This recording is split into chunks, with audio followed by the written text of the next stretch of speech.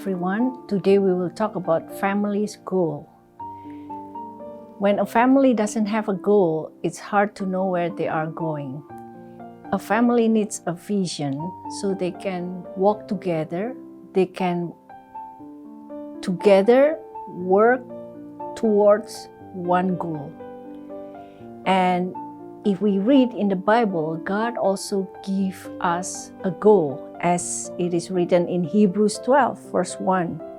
It says, "Therefore, since we are surrounded by so great a cloud of witnesses, let us also lay aside every weight and sin which clings so closely, and let us run with endurance the race that is set before us." So God has a race for every one of us set up, so that if it is called a race, then it means that we have to run.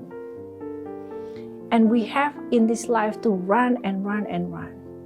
And in this running, it's not only accomplishing ministry or things that we have to do, but one of the things that God put into our lives is that we have to run as a family.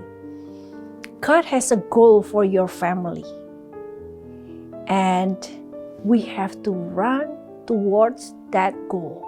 What is that goal? That goal is the glory of God. So the whole family, we need to bring them all to run together towards this one goal. And if we have the same goal, only then you will have the same vision and the same heart to work towards one way. And as you run towards that goal of the glory of God in your life, now on this earth and also later in heaven, and as you run towards that, husband and wife, both of you running towards the goal that God has given to you, then in doing so, you become closer to each other. Unless you follow this goal in God, you cannot be close together. For example, this one running ahead to this goal, the other one has another goal this way. They will never meet.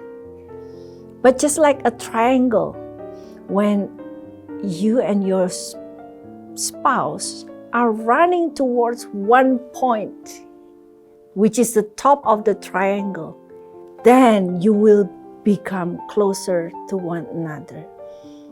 And I believe when you have this vision of the glory of God, no matter what challenges you have, what problems you face, when God is the one who set up this race before you, He will give you the courage. He will give you the perseverance. He will give you everything that you need so that you will keep running and running and running.